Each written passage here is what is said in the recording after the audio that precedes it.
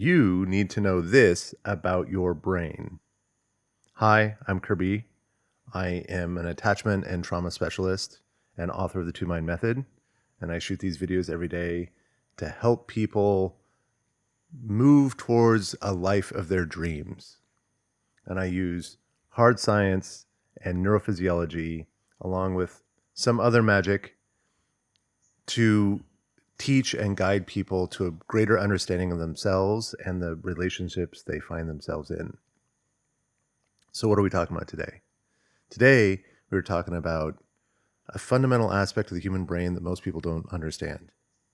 And that is the brain really only has one job and one goal, and that is the continued survival of this organism.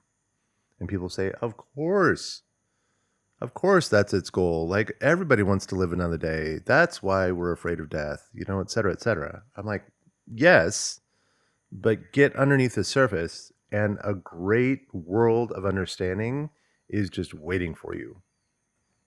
Okay, what am I talking about here? What I'm talking about is that like we've got lots of physiological systems inside this like meat sack of a body that we're driving around. Muscles and kidneys and liver and digestive system and all that kind of stuff. And all of those contribute to the survival and functioning of this body so that I'm mobile, ambulant, if you want to use the technical term, that I have agency over my life, that I have power over my environment. These are all great things. But there's a fundamental difference between the brain and the rest of these subsystems. The rest of these subsystems operate entirely in the here and now.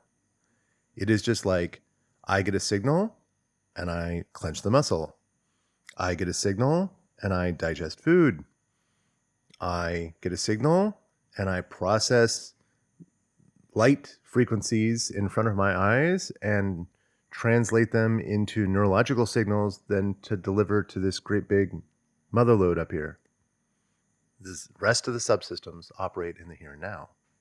But the brain is different. The brain is recording. The brain is logging all the different events that happen and then weaving those together continuously to try to create a model that will predict what's going to happen in the future. There's this amazing phrase from Dr. Jim Hopper, PhD, who's one of my heroes and very influential in my work. In one of his lectures, he says, in the world of nature, the one that can most accurately predict the future will win every time. And that is literally how humans became the dominant species on Earth. We are very, very good at predicting the future, far better than any other organism on this planet. And in order to do that, we have to track tremendous amounts of data from the past. In order to do that, we need lots and lots of neurological material inside this little dome of ours. And that's why our brains are so big. Because our brains are really, really good at tracking, recording, and synthesizing, and all the other stuff that goes together in order to create a thought, emotion, etc., etc. Okay, why is this so important? And what does it have to do with my relationships? I'm so glad you asked. When we see it through this lens, it becomes really clear that every aspect of our relating with another human being has something to do with survival. Every emotion that we experience at its base level has something to do with survival. This truth blew up my world. Try again. This truth blew up my world. This truth suddenly unveiled so many things that had been a mystery to me about my own failings, my own emotional issues, my own relationship pains of my past. And it's like it cracked it open like this massive nut. And suddenly I'm just like, oh, that's what's going on. And once I have an understanding of what's going on, you know what my beautiful little brain does? It looks at this new understanding and begins to integrate it into my future predictions of the future in order to ensure survival of this system. And what it does is it takes those lessons and it integrates them deeply, and it starts weaving these explanations into everything I see about myself and others. And my life improves. My relationships improve.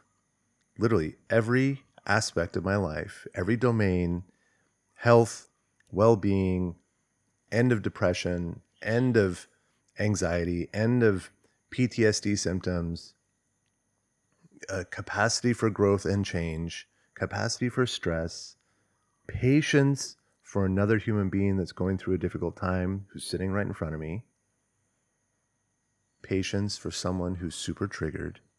All of these massively improve. And this is why I think it's one of the number one things that people need to understand about themselves and about their brain and about their relationships. And that is, look at it through the lens of survival. What is going on here that will, I believe, my brain believes, will impact my survival? And so think about moments when we get super triggered, right? Something happens over there, and now suddenly, with a great deal of intensity and swiftness, my nervous system is on high alert. Maybe my fingers are shaking, maybe my pupils are dilating, maybe I've got this like sick knot in my solar plexus. Maybe I can't sleep, maybe my brain is foggy, or maybe I'm just like giddy with this kind of excited, euphoric energy, and I'm doing backflips and I can't think straight. These are all signs of a nervous system that is highly activated. You say, okay, well, what does that have to do with survival?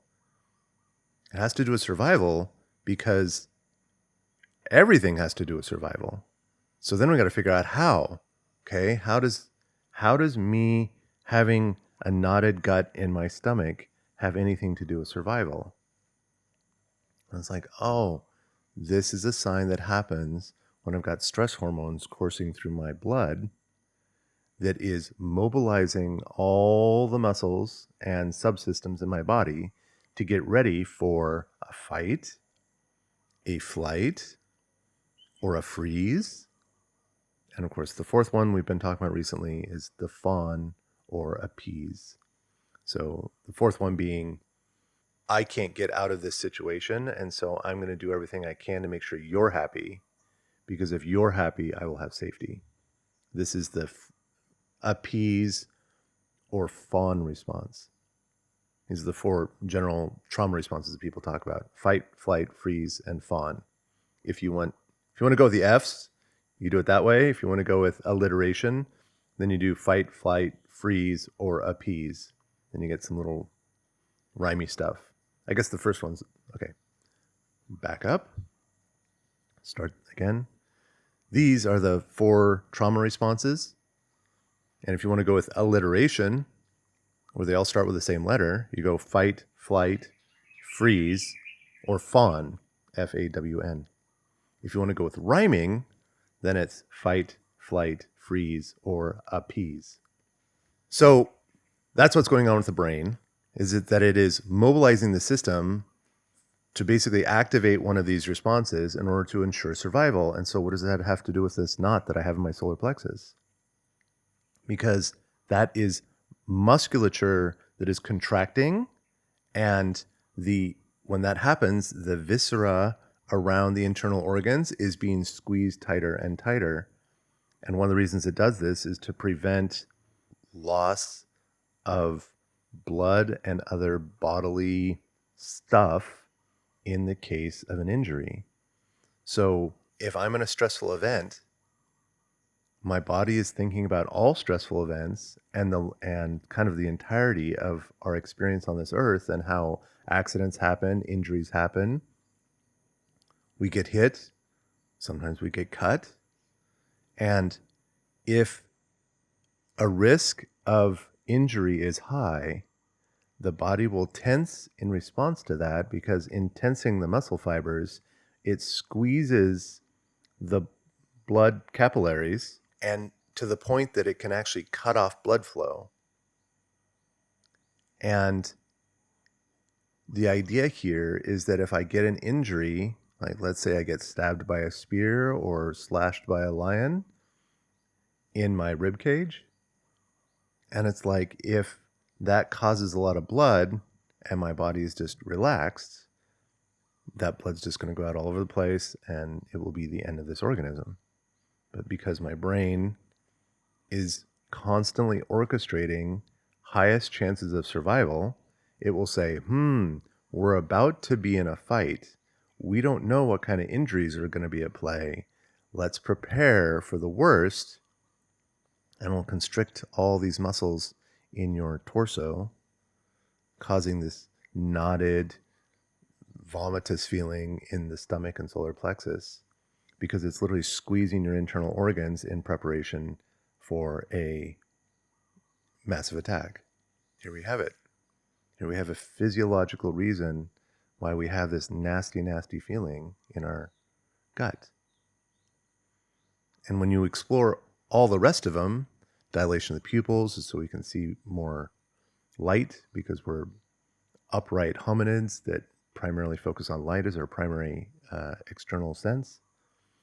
The jittering of the fingers and the kind of the anxious, jittery feeling that can sometimes consume the entire body, that is exceedingly high amounts of cortisol that are basically preloading all the muscles for very, very quick action, and also the squeezing thing. The cold extremities will be another one. And again, that's the squeezing of the muscles to prevent blood flow and keeping the blood flow mostly in the torso and brain. We don't need it out at the fingers.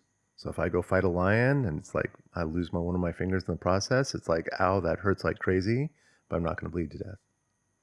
That's the brain and body physiology trying to guarantee your survival. Great, this makes sense for a lion attack. But we're talking about having a fight with my girlfriend in the middle of the park. There's no lions here. Yes, there's no lions here right now. But remember, the brain evolved over untold millions of years, and for much of those millions of years, there was a lion there. See, it's like the neurological pathways and kind of the cortical structures are assembled in a way that has maximized survival over this long period of time, where we were primarily walking on the plains of the Serengeti. But now, over just the space of 200, 300 years, we've gone from hunter-gatherer, barefoot, walking on the dusty plains, surrounded by wild animals forever. We've gone from that to this completely manicured, sterilized landscape where the only wild animals are in cages, and kind of our biggest threat is mosquitoes and each other. Brain is still responding, and kind of this primal hunter-gatherer mindset that has been so useful for so long. Another layer to this is that we are social primates. And as they say, a lone primate is a dead primate. Because if you take a singular primate, humans, chimpanzee, gorilla, whatever, and you put them in the great wide animal kingdom, they're actually not that well suited. They're not actually top of the game in many different areas. They don't have the biggest fangs. They don't have the biggest muscles. They don't have the biggest body weight. We've got agility on our side. We've got thumbs. We've got ability to swim. Other things are better. Other things are better. Other things are better. Let's go back. Start over. Now let's layer on top of this another fundamental truth, and that is we humans are social primates. And social primates have strength in numbers and tribal cohesion. If you take one primate out of the tribe, suddenly he or she is not very strong in the great animal kingdom. We don't have good claws. We don't have big teeth. We don't run faster than anybody else. We don't swim better than anybody else. We don't climb better than anybody else. Like, we're literally kind of like mid across all domains, singularly. But if you get a group of us together, if you get a tribe that is intended for the survival of each other, suddenly that group of primates now has incredible power in their little domain, and because they've got this thinking of the past, predicting the future thing, they can be like, these animals behave this way. This kind of break of the branch or footprint on the ground means blah, blah, blah, blah, right? So we've got these big brains that can do this past future analysis thing. And now we've got a group of us together, and we can be like, we can do something here where we gain mastery over the environment in a way that no other animal can. And then we win. We're better at predicting the future, and we work in groups. And we have the ability to take our knowledge and span it over time. So these are kind of the three traits that give humans a massive advantage. And our brains are optimized for that. Okay. Again, how do we get back to me having a fight in the park with my girlfriend? If we're social primates, that means every aspect of my brain and physiology is optimized for connection with the tribe, for connection with another, and to maintain that connection in a healthy way where they will think so fondly of me that they will be with me in the case of a lion attack. Because me by myself, I'm over. But two of us, we start to have a fighting chance. And if we have three of us, it gets better. And if we have a whole tribe, we'll win every time. So our brain and nervous system being completely optimized for survival of this system will create a state of utter existential terror at the idea that this human that I care about, a key member of my tribe, partner, girlfriend, whatever, is on the precipice of leaving me alone. You see, I'm sitting in the park having a fight with my girlfriend, and she's talking about wanting to break up. My nervous system has a massive system-wide activation of panic and discomfort, which will sometimes show up as anger. And what's happening there is that's my physiology saying, do not let this happen. Because if you let this happen, we're going to be alone on the plains of the Serengeti, and we're going to be eaten by a leopard. That's the physiology at work. This is the fundamental aspect about understanding how your brain is operating in these social dynamics. Same thing at work. I go to work. I need to ask for a raise. I'm in this tremendous degree of nervousness, which many people say, oh, well, it's totally natural for you to feel nervous in that way. It is. And many others would feel the same way, but that's not the whole story.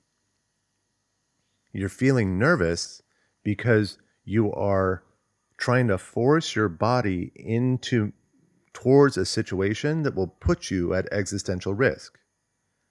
If I make this request for a raise and my boss shoots it down, not only do I not get the raise, which I might need for other survival stuff, not only will I not get the raise, which means more finances, which means more resources, which that means that my micro tribe, my family, can survive with more abundance and more options in the future.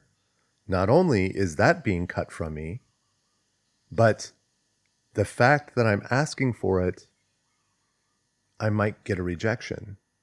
And if I get a rejection, it means this person over here that I am closely tied with and has very strong agency over my future resource capacity, this person might be really unpleased with me. They might dislike me.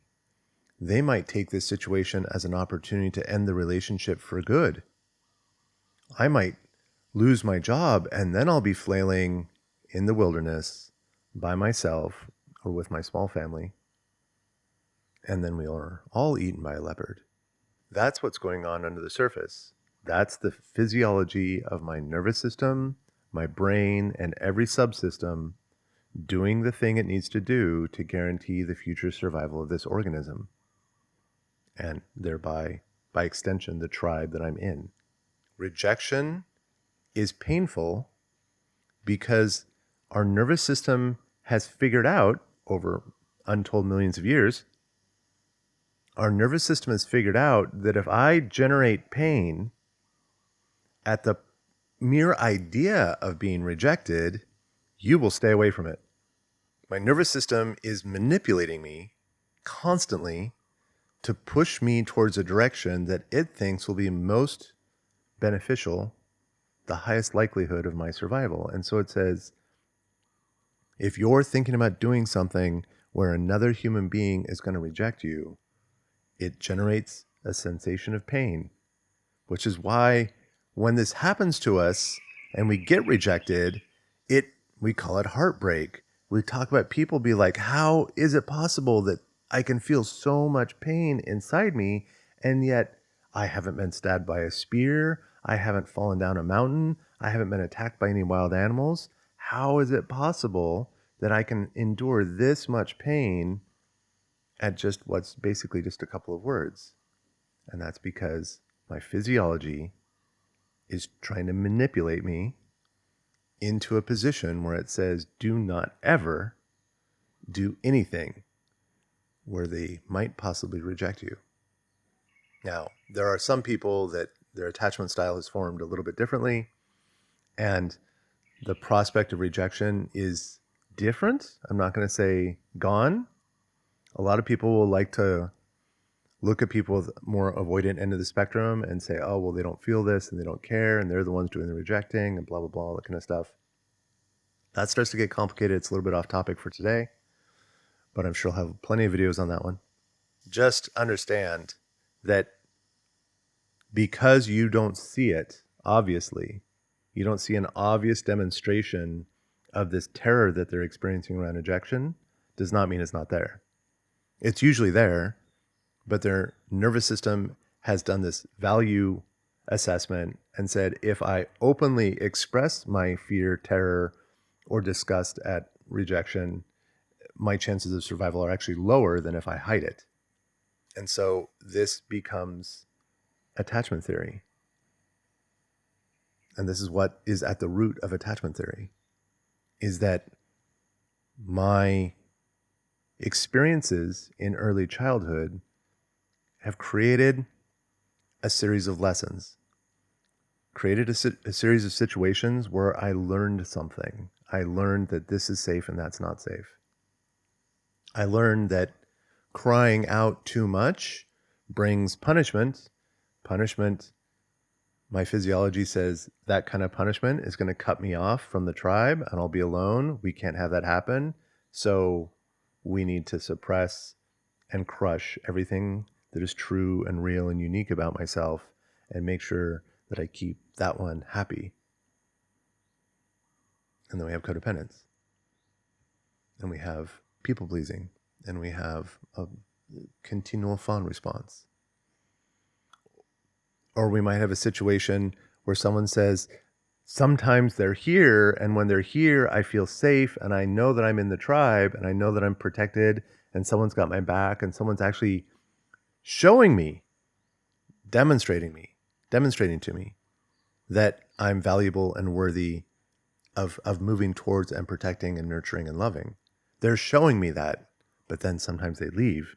And then when they leave, I feel like I'm by myself and there's nobody here. And who's going to come tell me that I'm worthy? Nobody. And then they show up again and they're like, ah, here it is again. Oh, no, it's gone. Oh, here it is. Oh, no, it's gone. And it creates this pulsing, anxious energy inside the nervous system where they become more and more vigilant about when am I going to get the things that I really want and need, and when can I avoid the things that are scary, dangerous, and shaming. And then we have an anxious attachment style. Because see, an attachment style is really nothing more than a collection of coping mechanisms or strategies that begin to emerge inside a personality, a brain nervous system combo. They begin to emerge inside this person as primary strategies that will be used in the case of certain kinds of stress. And because these people over here use this strategy, that strategy, and this one, and they're kind of close together, we group that up and we give it a label and we say, that's an anxious person. And over here, they're using this strategy, and this strategy. And over here, we've got a person that's using this strategy, and this one. And we're going to kind of group those together. And we're going to give that one a label that says they're a dismissive avoidant. Okay, so what happens if they use this strategy and this one over here? And all three of these are primary strategies that they use in moments of relational stress. Then what do? We can't call them anxious because they've got dismissive or avoidant tendencies sometimes. And we can't call them avoidant because sometimes they're super anxious. And then other people are just here in the middle. And this is one of the reasons why the labels of attachment theory are very important, to understand that they're just labels. It's not a thing. It's not like they are this. It's not that they are an avoidant or that they are anxious. If this is you, drop the labels. It's not that you are an anxious person, and there's nothing wrong with that. It's not that you are avoidant, because there's nothing wrong with that either. It's just that the lessons that you've learned in life have created an environment where your brain optimizes for a certain set of strategies in order to maintain safety. And if you're alive and listening to this, it worked from your brain's point of view. Your brain only cares about the future survival of this organism. So if you're here, the brain has all the validation it needs to say everything I've done up to this point worked and is fully justified, so let's do it more. And it does not care about how you feel about it. It does not care if you're emotionally healthy or feeling satisfied and enlightened, and it doesn't care about any of that stuff. It doesn't even care if you've got a healthy relationship. All it cares about is maintain a relationship that will ensure my future survival, even if that relationship is miserable, even if that person treats me like garbage. And bizarrely, even if that person is physically abusive. What? Yeah, that's the way it works. It blows the mind when we see this dynamic playing out and we're just like, this situation you're in is fundamentally a risk to your survival moving forward in the future. But their nervous system is so optimized to maintain connection that it will say, well, pain that's inflicted upon this physical body is less important, is less risky. It feels familiar. See, what happens there is that the pain that is inflicted upon the neurons in my back or hands or whatever, and side note, I'm speaking as someone who was unfortunately beaten as a child, sometimes, not always. The pain that comes in from these signals on the arms and all the neurons and the external parts of the body, it doesn't feel good, but it's a known pain. And so the brain goes back in time and says, I've endured this before. I've endured this lots of times before. And look, we're still alive. We're still moving around. We still have agency over our lives. We're still got food. We're still able to reproduce. What's the big deal? This is a known risk. This is a known pain. We know how this turns out, and how it turns out is we're still alive. Whereas disconnecting and saying, I don't want to be in this relationship anymore, that now has all this uncertainty. That now has all this risk of like, what's going to happen? Where am I going to end up? Is anybody going to love me? Am I going to be alone on the plains of the Serengeti, excommunicated from my tribe, which is boyfriend, girlfriend, and I'll be eaten by a leopard?